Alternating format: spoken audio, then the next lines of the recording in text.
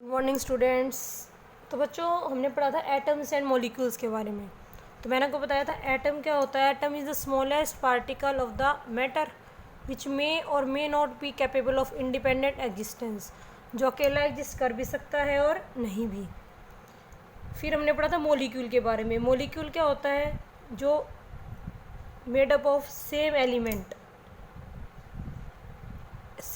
से मिलकर बने होते हैं आपके पास, या डिफरेंट एलिमेंट के एटम आपस में क्या करते हैं, कंबाइन करते हैं आपके पास। तो अगर सेम एलिमेंट से मिलकर बना आपके पास तो that is known as homoatomic molecule, और डिफरेंट एलिमेंट से मिलकर बना हो तो that is known as heteroatomic molecule. तो देखो आपके पास मॉलिक्यूल जो है आपके पास, उसके अंदर आपके पास क्या एक एटम भी हो सकता है, दो भी, तीन भी आपके पास, इस तरीके से। तो उसके अकॉर्डिंग हमने एक नई टर्म डिफाइन की, एटोमिसिटी। तो एटोमिसिटी क्या होती है, it is defined as number of atoms present in a molecule. किसी भी मॉलिक्यूल में कितने एटम प्रेजेंट होंगे वो उसकी क्या कहलाएगी, एटोमिसिटी। तो आपके पास सबसे पहले मोनो एटोमिक मॉलिक्यूल। मोनो का मतलब क्या होता है आपके पास, सिंगल। तो मोनो एटोमिक मॉलिक्यूल में आपके पास क्या आएगा, these are the molecules which है ओनली वन एटम। तो आपके पास कौन थी आपके पास, नोबल गैसेज जो आपकी, उनके अंदर क्या होता है आपके पास, नोबल गैसेस के अंदर आपके पास क्या है,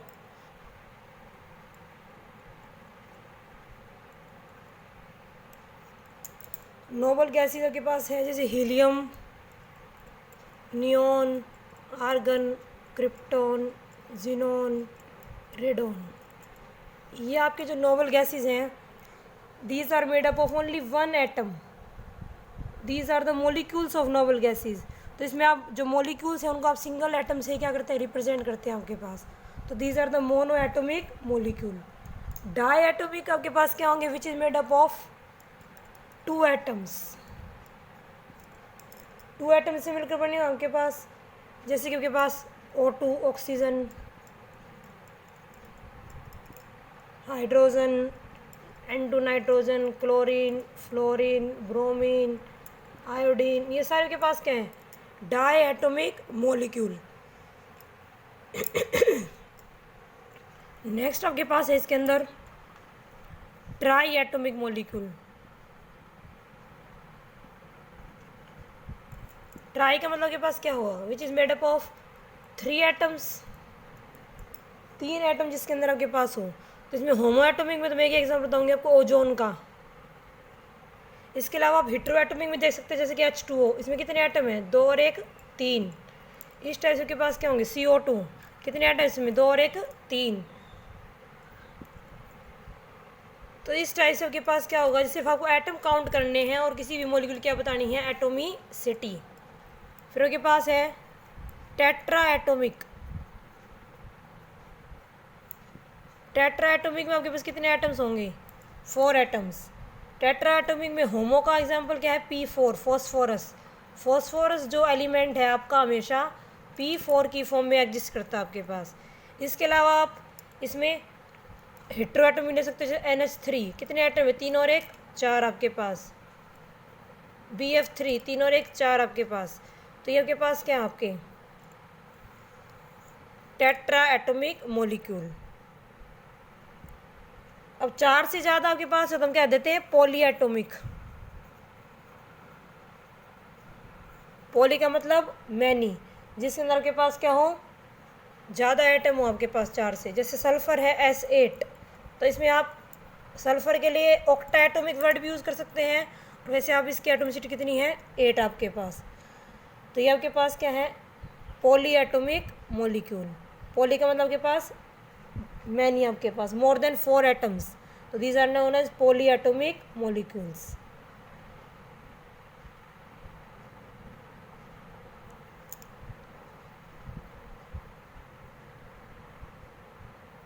अब आपके पास देखो, जैसे आपकी जो मेटल्स होती हैं उनका स्ट्रक्चर क्या होता है, कॉम्प्लेक्स होता है आपके पास। उसमें बहुत सारे एटम्स क्या होते हैं, बॉन्डेड होते हैं एक साथ आपके पास।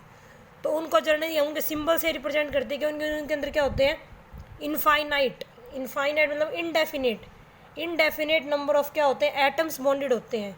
तो जो मेटल्स है, जैसे कि सोडियम, पोटेशियम, मैग्नीशियम, कोई भी मेटल आप ले सकते हैं, तो उसके लिए हम उनका सिंबल है जो वही रिप्रेजेंट करते हैं। लेकिन हालांकि इसके अंदर क्या है, जैसे ये मेटल आपके पास, तो मेटल के अंदर क्या होते हैं, लार्ज नंबर में एटम्स जो होते हैं वो एक रेगुलर पैटर्न में क्या होते हैं, अरेंज होते हैं आपके पास। तो मेटल की जो एटोमिसिटी होती है वो होती है इन्फिनिटी, इनडेफिनेट होती है, इनफाइनाइट होती है आपके पास। लेकिन उनको रिप्रेजेंट करते हैं हम सिंगल एटम से आपके पास। क्लियर आपको? तो कोई आपसे पूछे तो मेटल की जो एटोमिसिटी होती है वो होती है आपके पास इन्फिनिटी, इनडेफिनेट होती है आपके पास। ठीक है, तो ये आपका था एटोमिसिटी के बारे में। नेक्स्ट टॉपिक हम पढ़ेंगे अभी सिंबल्स ऑफ एलिमेंट्स। तो बच्चों नेक्स्ट टॉपिक है हमारा सिंबल ऑफ एलिमेंट्स।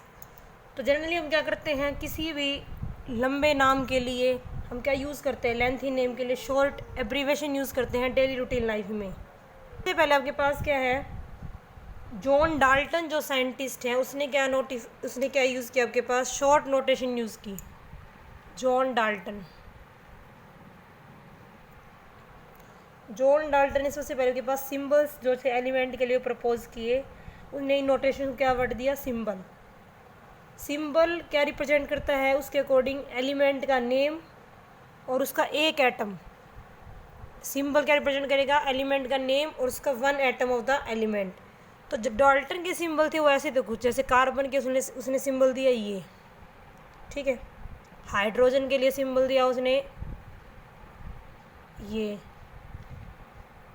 सल्फर के लिए सिंबल दिया इस टाइप से, आयरन के लिए दिया इस टाइप से। तो आपको दिख रहा है ये कुछ अलग तरीके के सिंबल है जिनको हम याद नहीं कर सकते, जिनको हम रिमेंबर नहीं कर सकते। तो ये जो नोटिफिकेशन थी उसकी, जो डाल्टन ने सिंबल दिए थे वो क्या थे, ज़्यादा यूज़ में नहीं है आपके पास, उनको क्या कर दिया गया, उनको फेल कर दिया गया, डिस्कार्डेड कर दिया गया।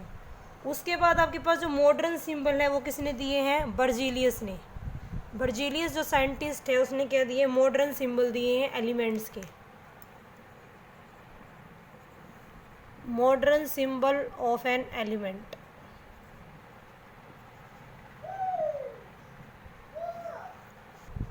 बर्जीलियस ने आपके पास क्या दिया, मोर लॉजिकल मेथड दिया एलिमेंट के नाम को रिप्रेजेंट करने के लिए। उसने क्या बताया, एलिमेंट के सिंबल में आपके पास क्या हो सकते हैं, क्या मिलेंगे आपको, 2 अल्फ़ाबेट मिलेंगे आपके पास। तो आपके पास क्या होगा, फर्स्ट लेटर क्या आएगा, कैपिटल, और सेकंड लेटर क्या आएगा आपके पास, स्मॉल। ये जो सिंबल थे एलिमेंट्स के आपके पास वो किस तरीके से दिए गए, जैसे अगर किसी साइंटिस्ट ने डिस्कवरी की तो उसके नाम पर सिंबल दे दिया गया आपके पास, या जिस जगह से उसको निकाला गया उसके नाम पर। जैसे कॉपर है, कॉपर नेम कहाँ से है आपके पास, साइप्रस से। साइप्रस क्या है, ये एक जगह का नाम है। ऐसे ही रदरफोर्ड नेम, रदरफोर्ड साइंटिस्ट ने डिस्कवरी की तो उस एलिमेंट का नाम रदरफोर्डियम आपके पास हो गया। तो इस तरीके से आपके पास क्या है, अलग अलग एलिमेंट के क्या दिए गए, सिंबल दिए गए।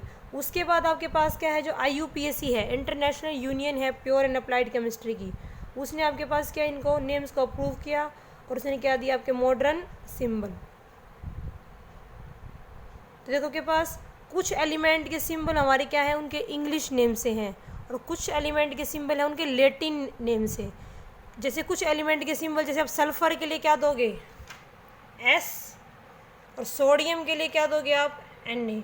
तो सोडियम के लिए आप S नहीं दे सकते क्योंकि सल्फर के लिए आपने S दे दिया, तो इसलिए हमने सोडियम का सिंबल Na कहाँ से लिया, लेटिन से। लेटिन के अंदर सोडियम, Na का मतलब क्या है, नेट्रियम, और नेट्रियम का मतलब क्या है, सोडियम। तो ये सिंबल आपने वहाँ से लिया आपके पास। अब आपको मैं टेबल सेंड कर दूँगी, उसके बाद आपको वो टेबल याद भी करनी है कि किस एलिमेंट का सिंबल क्या है और उसका लैटिन नेम क्या है आपके पास। जैसे कि आपके पास मानो आयरन है, आयरन का सिंबल है